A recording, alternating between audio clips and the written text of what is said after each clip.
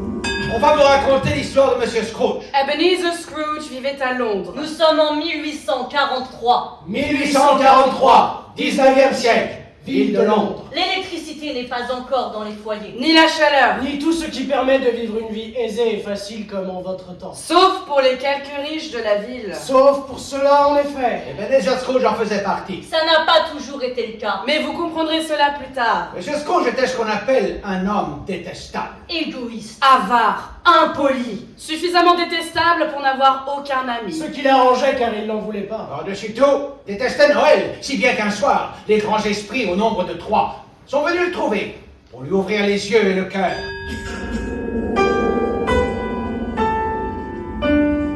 Les coulisses de Marilyn t'emmènent dans les coulisses de l'étonnant Noël de Monsieur Scrooge, un conte de Noël musical pour petits et grands. Ça joue, ça chante, il y a même des claquettes et de la neige. C'est magique, généreux, émouvant. Allez, c'est parti, on y va.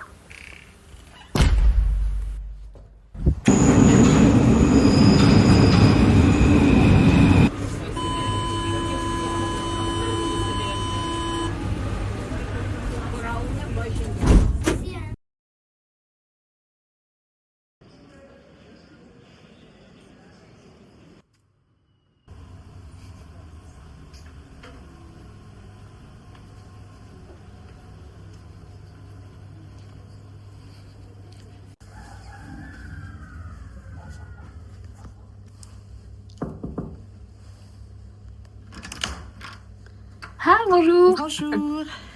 C'est les coulisses de Marilyn, on a rendez-vous? Bah oui, rentre. Rentre dans la loge de l'étonnant Noël de Monsieur Scrooge. Merci.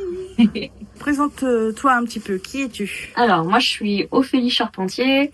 Donc, je suis la metteur en scène, donc je suis derrière. Mais je suis pas derrière en fait seulement, parce que je joue aussi dans la pièce. J'ai un multi-rôle, donc je joue au moins 8 personnages.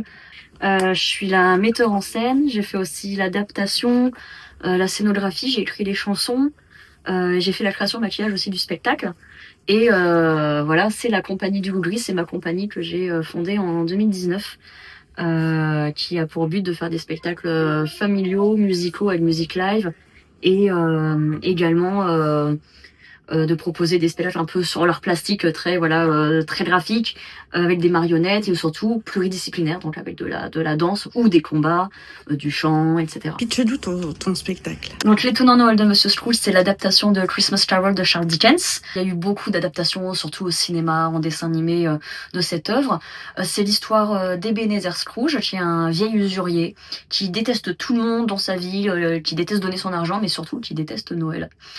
Mais un soir du 24 décembre, il y a le fantôme de son ex-employeur mort qui vient le voir pour lui dire que s'il continue sur cette mauvaise voie à être si méchant, si peu généreux et à refuser d'ouvrir son cœur aux gens, il va finir comme un vieil esprit avec des chaînes et qui ne pourra pas aller en gros au paradis, hein, c'est un petit peu ça la métaphore. Et du coup, pour l'aider, il a appelé 3 esprits de Noël, l'esprit des Noëls passés, l'esprit des Noëls présents et l'esprit des Noëls futurs. Et du coup, Ebenezer va être embarqué par chacun de ces esprits pour aller découvrir dans son passé qu'est-ce qui a fait que du jour au lendemain il soit devenu si mauvais, parce qu'avant apparemment il ne l'était pas et il aimait Noël. Qu'est-ce qui fait dans son quotidien autour de lui qu'il est si méchant avec les autres alors que les autres finalement ne le détestent pas tant que ça et lui veulent même du bien. Et surtout, qu'est-ce qui va se passer plus tard s'il ne change pas? Et du coup, il va vivre un voyage assez extraordinaire où le spectateur va comprendre toutes les raisons de ce personnage un peu glaçant au début, qui finalement a ses propres raisons d'être comme ça, c'est construit une armure. Et ils vont découvrir son évolution dans le spectacle jusqu'à, je ne raconte pas la fin, mais ça finit bien.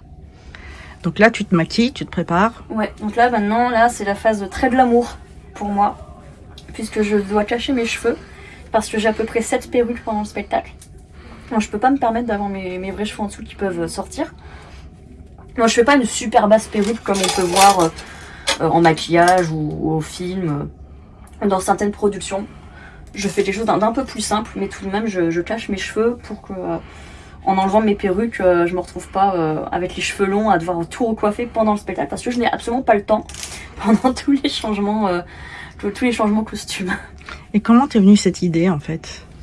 Alors du coup, je voulais faire un spectacle de Noël, mais je voulais absolument pas tomber dans les clichés des lutins, le Père Noël qui est perdu dans le ciel, etc. Et moi, je suis une grande fan de littérature du 19e siècle. Et du coup, j'ai regardé un petit peu s'il y avait des adaptations au théâtre. Bon, il y en a beaucoup en Angleterre parce que c'est une œuvre majeure là-bas. Mais en France, il n'y en avait pas tant que ça. Et c'est une œuvre avec laquelle j'ai grandi depuis que j'ai 3 ans, entre les adaptations de Mickey, Jim Carrey, Albert Finet et tout. Donc, donc ça c'est venu un peu comme ça. C'est venu aussi parce que moi j'ai grandi avec ma maman qui collectionnait les Pères Noël. Du coup, j'ai grandi dans l'esprit de Noël à mort. Et du coup, j'ai voulu ramener tout ça sur scène. D'ailleurs, il y a des costumes qui viennent de mes parents, des nœuds papillons, c'était à mon papa. Il y a une partie du tissu du Noël passé, c'est une nappe de Noël à ma maman. Donc il y a tout cet esprit de famille aussi que je voulais ramener. Et aussi parce que je suis une grande fan de cinéma de fantastique, mais je voulais pouvoir faire une adaptation où tout était concret et réel.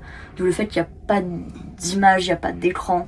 Moi je suis un peu pas anti ça dans ma compagnie, mais moi j'aime bien que les enfants ils peuvent voir des choses et qu'ils essaient de les refaire chez eux dans leur chambre avec juste un bout de tissu, un coffre à jouets. Et du coup je voulais que tout soit palpable, que ça soit les perruques, les marionnettes, parce qu'on est très habitué que ce conte soit fait avec beaucoup d'effets spéciaux. Et là il n'y en a aucun. Donc il fallait redoubler un peu d'imagination pour pouvoir faire des choses simples, pas chères non plus, pas qui prennent pas trop de place, mais qui en même temps puissent amener la magie en vrai sur scène. Les titres que tu interprètes, qui sont interprétés dans le spectacle, oui. Tu les as choisis comment? Alors il y a dans les chansons connues, on a le Carols of Bells, qui est une musique de Noël ukrainienne, qui amène beaucoup de mystère. Donc là moi je l'ai choisi par rapport à comment amener un petit peu ce conte, et il illustre 2 tableaux du spectacle, l'ouverture mais également tout le moment de la rédemption de Scrooge. C'est le moment où d'ailleurs où il y a les conteurs, donc nous on est un peu en acteur témoin à ce moment là. On a Deck the Hall qui est un chant traditionnel de Noël, un cowboy. Et on a aussi Hark the Herald Angels Sing, qui est pareil, c'est un chant de Noël traditionnel qui illustre la fin du spectacle et qui avait été utilisé dans plusieurs adaptations de Scrooge au cinéma. Je voulais faire un petit clin d'œil justement aux versions cinématographiques. Et toutes les autres musiques sont originales, j'ai composé les chansons.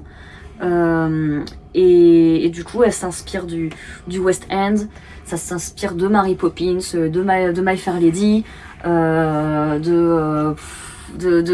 même des Misérables. Voilà, c'est toutes les musicales que moi j'aime. Du coup, je me suis inspirée de ça pour créer mes mélodies pour chaque personnage ou du moins chaque tableau.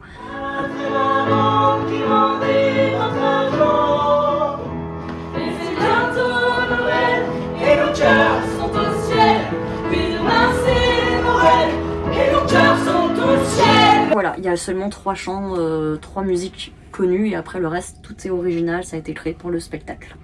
Combien de personnes ont travaillé sur ce projet? Pour créer le spectacle? Ouais. Moi. Moi. Il n'y a que moi au début. Après, c'est des comédiens. Ensuite, l'arrangeuse, elle a arrangé les chansons. Et en répétition, en résidence, on a créé les moments musicaux hors chanson. Donc il y a moi, du coup, il y a Deborah Shannon Diouf pour les créations sonores. Il y a aussi Déborah Godefroy aux chorégraphies, parce que pour le coup, je ne suis pas chorégraphe. Et du coup, qui a fait les chorégraphies danse et claquettes du spectacle, et les moments de valse aussi. Donc là, on a 3 piliers. Et c'est tout, parce que le reste, j'ai fait beaucoup de choses à la main, j'ai beaucoup peint des accessoires. Le masque de Marley, il est peint à la main, le post-it, je l'ai fait à la main. Et sinon, après, c'est aussi, moi je partageais beaucoup dès que j'avais des nouvelles chansons en tête, ou j'avais trouvé des costumes, ou j'avais dessiné quelque chose, je leur envoyais sur WhatsApp pour leur dire voilà, j'ai fait ça aujourd'hui. Du coup, ça les motivait parce qu'ils se disaient au moins ça avance, je fais pas rien.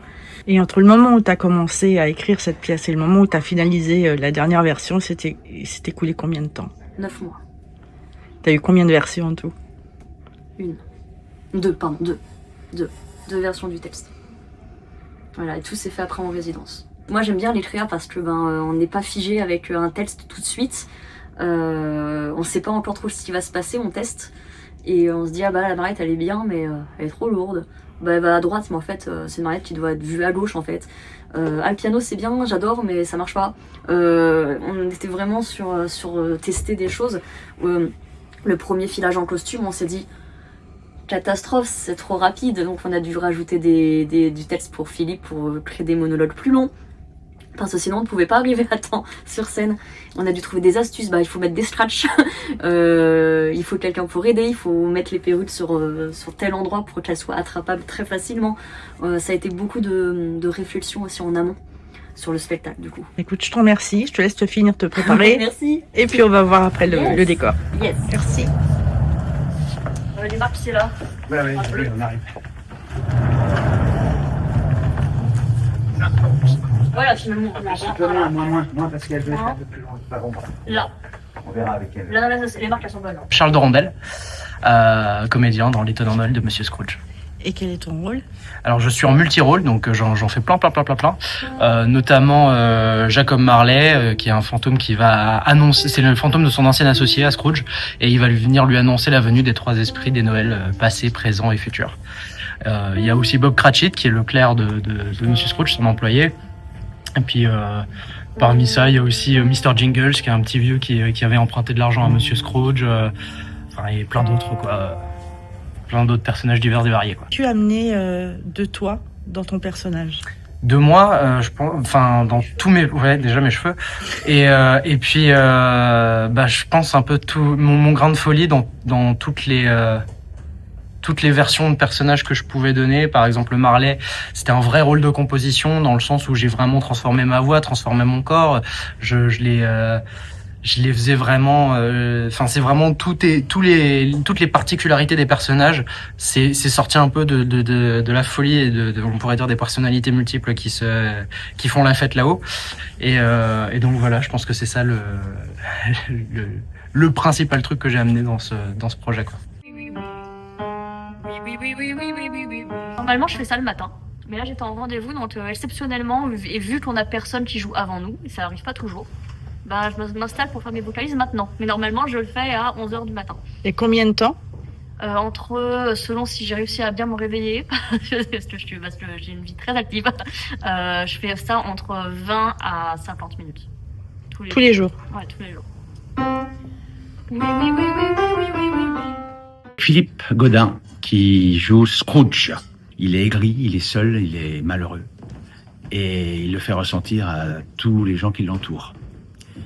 Il est méchant avec les autres, parce que il est méchant avec lui-même aussi.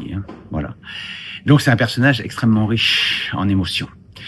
Mais c'est un personnage assez proche, que je sens assez proche, parce que les émotions à exprimer sont très proches de mes propres sentiments, même si bien sûr je ne suis pas aussi désagréable que le personnage que je joue au départ, j'espère.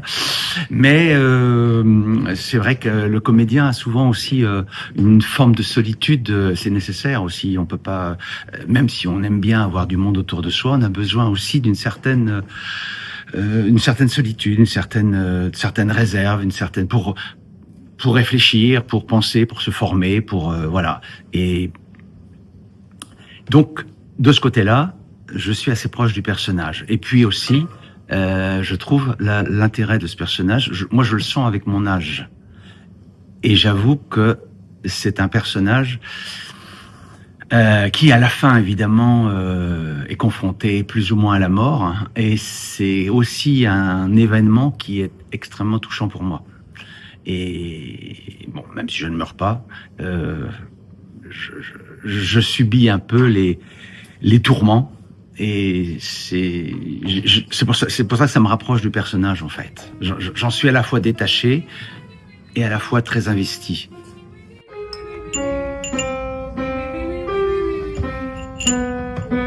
Tu prends des photos des emplacements? Exactement, comme ça je sais que c'est bien au bon endroit. Qu'est-ce que tu fais exactement là? J'installe la vie. T'installes la vie. La vie de l'hiver. une autre ambiance. Alors c'est quoi comme composant? C'est du sable? Alors là, non, je pense que c'est de la fausse neige. c'est de la fausse neige, c'est de base de plastique, peut-être, je ne sais pas. Je ne peux pas le dire, mais je pense que oui, c'est des petits morceaux de plastique, peut-être. D'accord. Bon, faut pas les manger, bien sûr. Mais ça donne vraiment le Côté magique. côté magique de Noël. Voilà. Et voilà. C'est vrai que c'est très apprécié par le public, en fait. Ça demande pas mal de travail parce que, bon, l'étaler, c'est pas trop grave. Après, il faut la ramasser, bien sûr.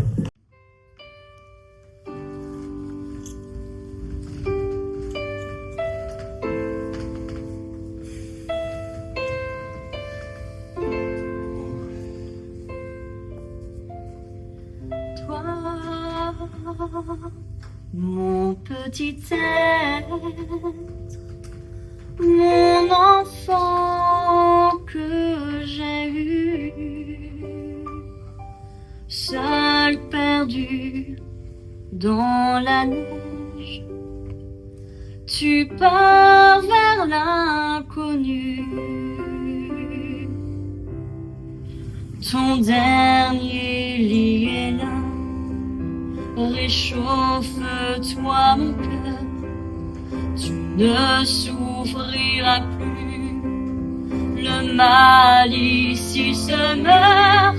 Envole-toi, les étoiles brillent ce soir de mille feux, ton rire toujours éclate en carillons heureux pour Noël. Garçon, reçois tout notre amour, pose-toi dans la neige, à jamais pour toujours. Bon bah ça, je m'entraîne juste, normalement je le fais chez moi. Mais là comme j'étais en rendez-vous, je n'ai pas pu. Et je le fais juste techniquement, tu vois, sans interprétation, juste pour checker si tout va bien, respi, si je dois accorder aujourd'hui plus d'importance à quelque chose, que ça soit l'articulation ou la résonance ou ma respiration. Donc je check toujours un petit peu tous les jours. Mais ce qui est plus compliqué sur scène à faire ces chansons, c'est qu'on a un instrument live qui résonne énormément, donc il faut porter encore plus les voix. Et surtout, on n'est pas microté. Contrairement à beaucoup de spectacles musicaux où il y a soit des micros d'ambiance sur scène ou en l'air, soit des micros bulles ou casques. Là, on n'a rien. Du coup, on est dans une salle de 300 places où on doit juste envoyer la voix et passer par-dessus le piano. Donc c'est aussi un autre travail vocal aussi qui mérite beaucoup de relaxation et d'entretien de l'instrument. Combien de chansons tu as écrites? Pour le spectacle, Ouais. il y en a en tout 4. Du coup, il y a la chanson des pauvres, la chanson que Charles commence en crash sheet. On a la valse du temps. On a Cher Père Noël. Ah non, il y en a 5, pardon. Il y a Il pleut des chats et des chiens, qui est avec le numéro de claquettes. Et ensuite, la 5e, qui n'est pas vraiment une nouvelle chanson, c'est Le cimetière, donc c'est le Cher Père Noël reprise. Donc une version plus courte de Cher Père Noël, mais avec d'autres paroles qui se passent dans le futur, sur la mort de Tiny Tim au cimetière, donc qui est beaucoup plus dramatique et qui normalement dans ce théâtre on ne peut pas le faire parce que c'est assez bas de plafond, mais normalement dans cette chanson on a de la neige qui tombe sur moi pendant que je chante. Là on n'a pas pu le faire, hélas. Mais voilà, donc il y a 5 chansons dans le spectacle original. Et après, c'est des arrangements musicaux, sonores. D'ailleurs, il y a la pianiste qui arrive là. Je suis Deborah Shannon Diouf, pianiste, et j'ai fait les arrangements et la musique pour toutes les ambiances. Je m'appelle Léa Surya Diouf, donc je suis comédienne dans L'étonnant Noël de Monsieur Scrooge. Je suis multi-rôle, notamment dans le rôle d'Isabelle, des pauvres et l'esprit des Noëls présents. Alors, pour la musique, ça se joue en live tout au long de la pièce? Oui, et j'ai fait une recherche sur les années 1840 à Londres. Donc, j'ai les bols tibétains qui donnent l'air des cloches qui étaient toujours dans la rue à cette époque. Plus un instrument, je peux vous montrer. Ouais. Ça s'appelle le spring drum en anglais. En français, c'est un tambour de tonnerre. Et ça donne le vent. Et j'utilise... Voilà. Et donc, j'utilise ça pendant le spectacle pour différents moments. Au début, c'est le vent. Chaque fois que quelqu'un est dans la rue, j'essaie de faire moins pour quand il parle. Et les bols avec le vent.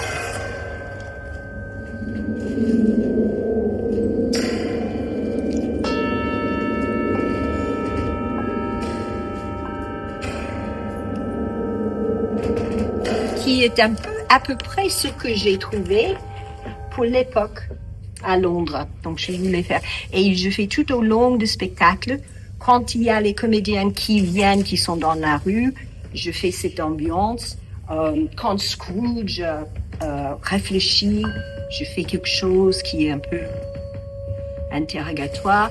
Quand il y a les cauchemars, je joue les petites phrases de musique pour souligner une phrase qui dit voilà, je suis vraiment avec eux.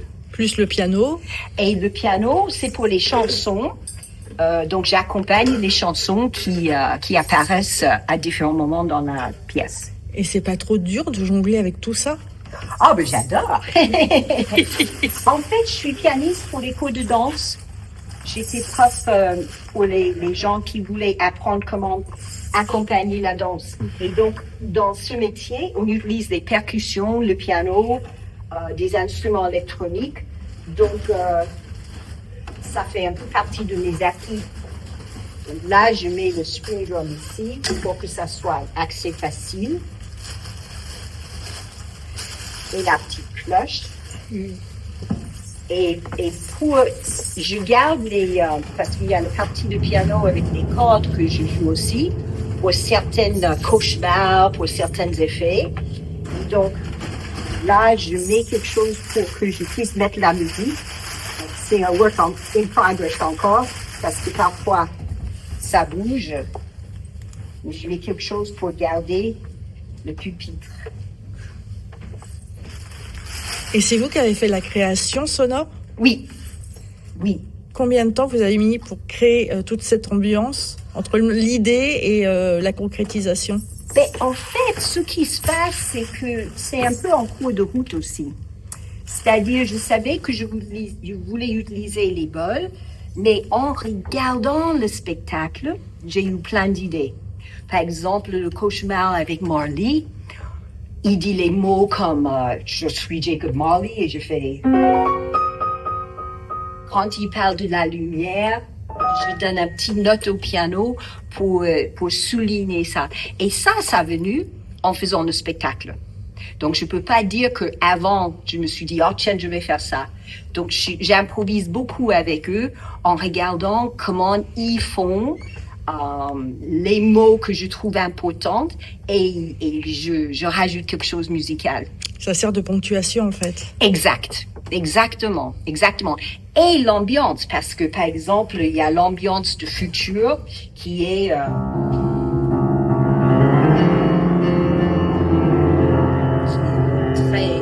ça fait peur. L'ambiance de passé, c'est comme une boîte à musique. Et l'ambiance de présent, comme elle fait quelqu'un de rock, je fais... Donc ça, chaque esprit a sa personnalité et la musique suit cette personnalité. En fait, une copine qui est venue voir a très bien vu le jeu. Je suis un autre personnage dans le spectacle en regardant et en faisant, comme vous dites, ponctuer certaines choses. Je regarde et avec mon piano et mes bols, je réponds. Et je rajoute. Et ça fait une file pour tout le spectacle en plus, ce qui est très sympa. Donc c'est un travail qui évolue parce que je peux avoir une idée et dire, bah tiens, je vais essayer ça. Rien n'est écrit dans le sens où je peux pas improviser. J'ai mes musiques pour les trois esprits, mais si je vois que l'esprit fait quelque chose un peu différent, bah moi je vais avec eux. Et c'est ça qui me fait très plaisir, parce que j'adore suivre le mouvement comme je fais avec les cours de danse. Du coup, qu'est-ce que tu as amené de ta personnalité dans tes personnages? Ce que j'ai surtout apporté, je vais commencer dans l'ordre. Pour les pauvres, ce que je voulais me focaliser surtout, c'est de rester vraiment terre à terre, mais sans pour autant partir dans la caricature. Pour ce qui est des personnages comme Isabelle et même Little Fan qu'on voit pendant un court instant, il y a quelque chose aussi dans le changement du corps qui m'aide du coup dans le jeu. Par exemple, je ne joue pas de la même façon quand je recule les épaules comme ça ou quand le cou est un peu plus libéré que si vraiment je suis un petit peu plus adossée. Donc il y a ça, et les mouvements, la danse, ça m'aide beaucoup. Au présent, particulièrement, là c'était beaucoup d'inspiration, surtout des icônes de la musique anglophone, notamment Freddie Mercury, Tim Curry aussi dans le Rocky Horror Picture Show, David Bowie. Je suis aussi beaucoup inspirée de certains mouvements de Prince qui sont encore un peu subtils, parce que lui il danse tout le temps. Il danse tout le temps, donc chaque mouvement est un peu chorégraphié d'une manière ou d'une autre. Et je voulais vraiment amener cet aspect un peu hard rock, punk rock, surtout dans ce personnage-là. Et le fait justement de pouvoir jouer avec le piano, parce que mon personnage est un peu un des seuls qui peut vraiment casser le 4e mur. Où pour présent c'est vraiment un spectacle. Il s'amuse. Il dit oh bah tiens, ça a l'air rigolo, on va s'amuser avec ça. Mais en même temps, on va bien garder en tête pourquoi on est là. Donc il y a de ça. L'esprit du futur. Des Noëls futurs. Ouais. Voilà. Qui a été fait à la main. Par toi? Ouais. Sauf le squelette, du coup, qui a été fait par Frédéric Guébard, de Potentiel d'Action, qui est un partenaire qui nous accueille en résidence en Lorraine. D'accord. Voilà, et qui a fait aussi cette porte mobile. Frédéric, coucou. Donc voilà, et Audrey, c'est la marionnettiste du spectacle pour l'esprit des Noëls futurs.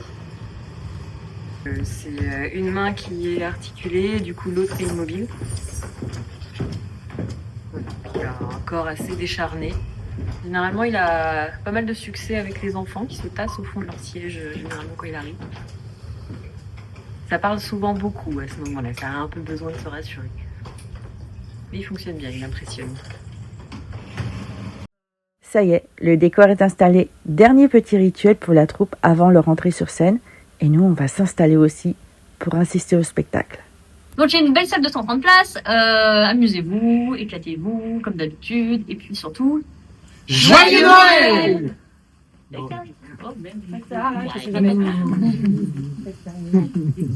Et joyeux anniversaire Audrey! Et joyeux anniversaire Audrey! Ben, joyeux anniversaire Audrey!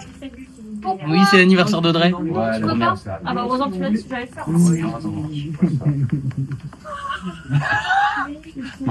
Oh bah, pas de chance entre nous, voyons. On va faire, je veux dire bonjour. Moi non plus, j'aime pas ça, les anniversaires. Attends. L'étonnant Noël de Monsieur Scrooge. C'est parfait. Je vous souhaite un excellent spectacle.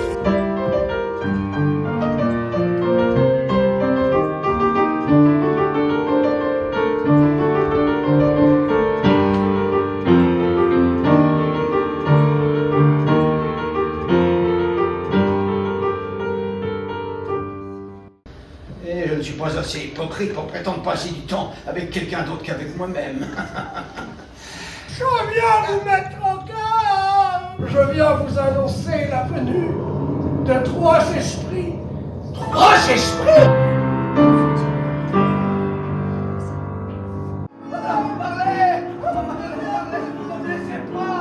C'est le fantôme des Noëls passés. Mais quel passé? Mais le vôtre, bien entendu. La valse du temps, le temps, c'est présent dans ta vie. Ton rapport au chant, ces heures qui sont du passé.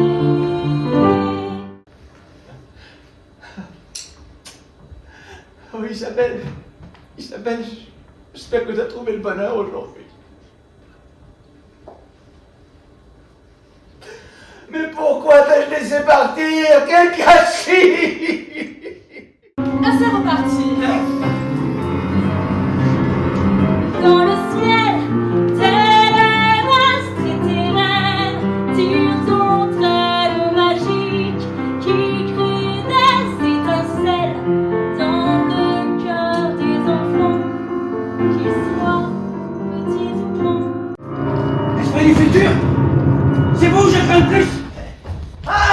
c'est Jingles. Oh, Monsieur Scrooge! À Noël! À Noël!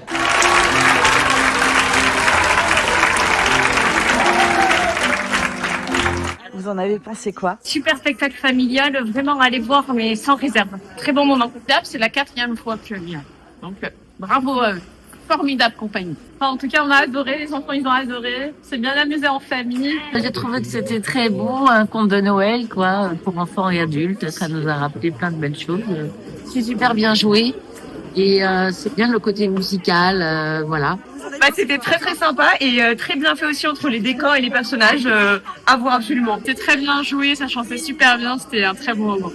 Très très bien, hyper original, moi je m'attendais pas à ça. Surtout ils sont super comédiens et puis ils chantent super bien et ils dansent divinement bien, donc rien à dire. Les enfants, les parents, bref, à conseiller, c'était génial. De 1 à 10, vous metteriez combien? 10 forcément, mais non mais c'est sincère. À peu près 5 minutes après la fin du spectacle, comment tu te sens? Très bien, on a eu une super salle aujourd'hui, plus de 200 personnes dans la salle, ça fait vraiment plaisir, on a eu des très bons retours en plus, donc ça fait plaisir, ça fait chaud au cœur, les enfants qui ont hurlé de joie, donc ça fait vraiment plaisir, c'est ce qu'on souhaite après le spectacle, de toute façon, avoir des sourires devant nous. Non, c'est la 33e, 35e, je sais plus là, ici, et du coup, ça fait toujours plaisir.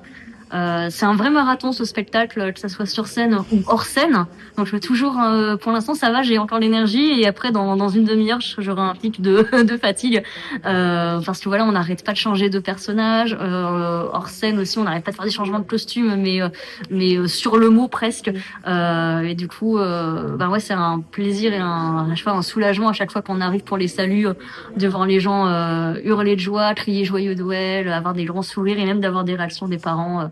Aussi belle, c'est super. Donc on se sent bien. Eh bien, merci.